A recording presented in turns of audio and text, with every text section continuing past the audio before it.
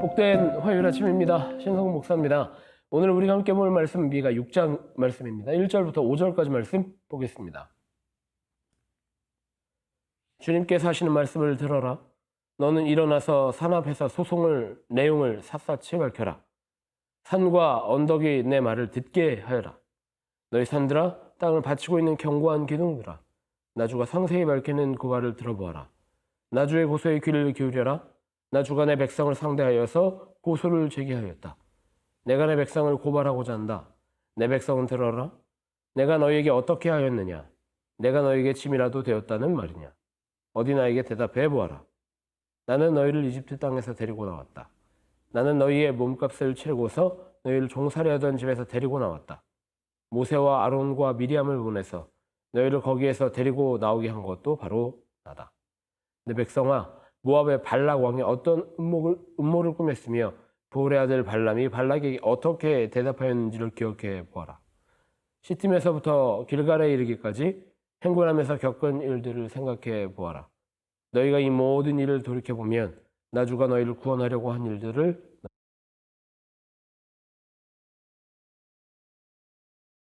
네, 한 주가 새롭게 시작됩니다. 오늘 하루 그리고 이번 한 주 말씀으로 또 말씀을 통해 얻는 은혜로 승리하는 모든 베들교회 성도들 되시기를 축복합니다.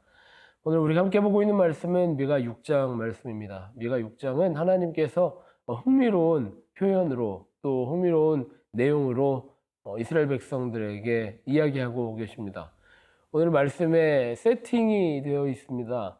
오늘 말씀은 마치 법정 앞에서 하나님이 자신을 변론하는 것 같은 내용으로 기록되고 있고, 또한 이스라엘 백성도 법정 앞에서 자신의 내용을 탄원하여 보아라, 이야기하여 보아라, 그렇게 하나님이 요구하고 계시다라는 거죠. 누구도 법정에 나가서 자신을 변론하는 것을 즐겨하지 않습니다. 또 부담스러운 일입니다.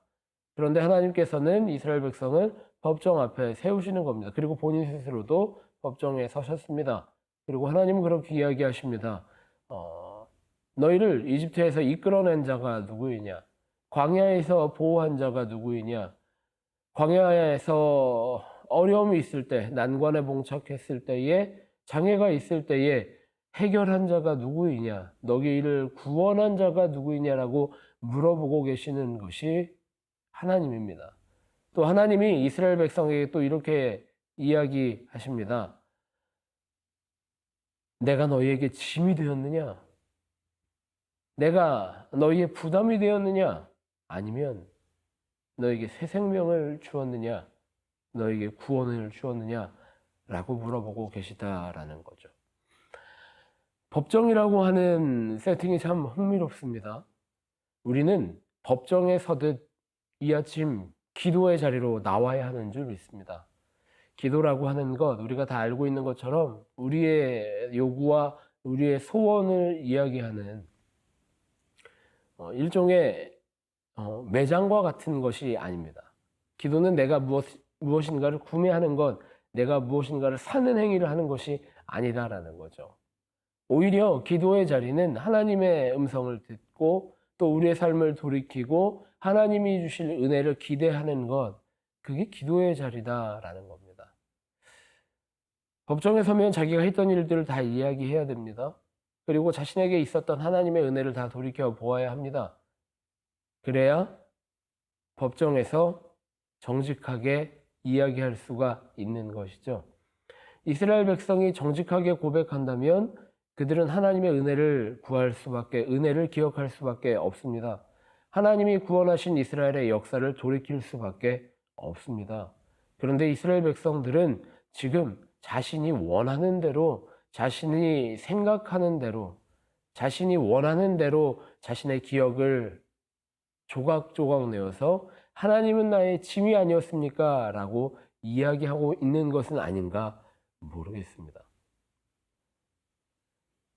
오늘 아침 이 시간에 말씀 앞에 선 우리도 마찬가지라고 생각합니다. 우리는 어쩌면 우리의 삶을 돌아볼 때에 나의 편의대로, 나의 편함대로 하나님의 역사를 편집하여서 생각하고 있는 것은 아닌가. 하나님 앞에 섰을 때에 정직하게 하나님이 나를 이때도 하나님이 나를 그 순간에도 지키고 계셨음을 기억해낼 수 있는 그리고 감사로 고백할 수 있는 베델교회 모든 성도들 되시기를 축복합니다. 오늘 하루 말씀 앞에 섰을 때에 또 기도의 자리로 나왔을 때에 우리는 감사를 고백할 수밖에 없습니다. 광야와 같던 그 시절을 지켜주신 하나님, 오늘도 여전히 나에게 삶을 허락하여 주신 하나님, 그때 그 순간 나에게 구원을 허락하신 하나님, 지금도 구원의 삶을 살아가도록 허락하고 계시는 하나님, 발견할 수 있고 고백할 수 있는 모든 성도들 되시기를 축복합니다. 그렇게 기도합니다. 하나님, 감사합니다. 지금도 나에게 생명 주시고 지나온 나의 모든 삶을 나의 인생을 지키고 인도하여 주신 하나님, 지금도 나와 동행하시는 줄 믿습니다.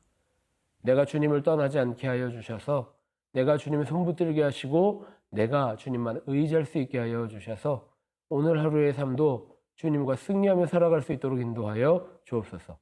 그렇게 기도하고 기대하는 마음으로 오늘 하루 승리하는 베델교회 모든 성도들 되시기를 간절히 기도하고 축복합니다.